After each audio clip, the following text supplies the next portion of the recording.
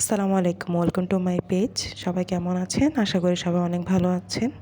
আলহামদুলিল্লাহ আমিও অনেক ভালো আছি। হঠাৎ ফেসবুক স্ক্রল করতে করতে দেখলাম মিষ্টি ভিডিও। দেখে আমারও খুব খেতে ইচ্ছা করতেছে, তাই বাসায় যা যা ছিল তা দিয়ে চিন্তা করলাম মিষ্টি বানিয়ে ফেলি। বাসায় সুজি ছিল, সুজিগুলো আমি হালকা ফ্রাই প্যানের মধ্যে ভেজে নিয়েছিলাম। একটু আগেই তো আপনারা দেখতে পেরেছেন। হালকা 5 মিনিট ভেজে নেওয়ার পর আমি দুধ গরম করে ফেলেছিলাম। দুধের মধ্যে একটু করে ঘি দিয়ে দিয়েছি। ঘিগুলো সিদ্ধ হয়ে আস্তে আস্তে যে সুজিগুলো আমি ভেজে রেখেছিলাম সেগুলো দিয়ে দিয়েছি। দিয়ে আমি অনেকক্ষণ দুধের সাথে সেই সুজিগুলি মিশিয়ে নিয়েছি ভালো করে। এখন সেটি তুলে একটি বাটির মধ্যে নিয়ে নেব। অন্যদিকে আমি মিষ্টির শিরাটা রেডি করে নেব। পানি নিলাম, পানির মধ্যে হালকা একটু লবণ দিয়ে দিলাম, আর চিনি দিয়ে দিব শিরা রেডি করার জন্য। এখানে একটু চিনি বেশি দিতে হবে শিরাগুলির জন্য। আর 2টা এলাচি দিয়ে দিলাম। ভালো করে সিদ্ধ করে একটু ঘন করে নিতে হবে।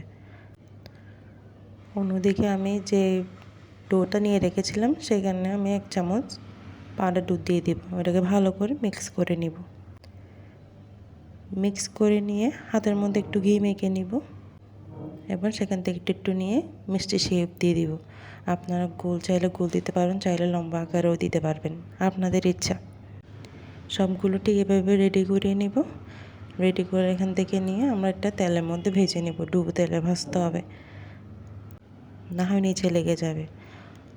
যতক্ষণ পর্যন্ত বাদাম ভাজা আসবে না ততক্ষণ পর্যন্ত আমরা এগুলো ভাজতে থাকবো।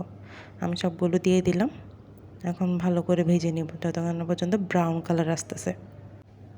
দেখতেছেন হালকা হালকা ব্রাউন কালার হয়ে যাচ্ছে, আর একটু ব্রাউন কালার করব আমি। এখন ভালো করে ব্রাউন কালার হয়ে গেছে। এখন তুলে নিব। হালকা একটু ঠান্ডা হয়ে আসলে আমি যে শিরাটা করে রেখেছিলাম সেখানে রেখে দিয়ে দিলাম। দিয়ে ভালো করে একটু নেড়ে নিব। এটা আমি 1 থেকে 2 ঘন্টার জন্য রেস্টে দিব। 1 থেকে 1.5 ঘন্টা পর আমি সেখান থেকে নিয়ে নিব। এবার দেখব কেমন হয়েছে। আসলে বাসায় যা ছিল তা দিয়ে বানিয়েছি, যেটুকু হয়েছে আলহামদুলিল্লাহ। সবাই ভালো থাকবেন, সুস্থ থাকবেন। আসসালামু আলাইকুম।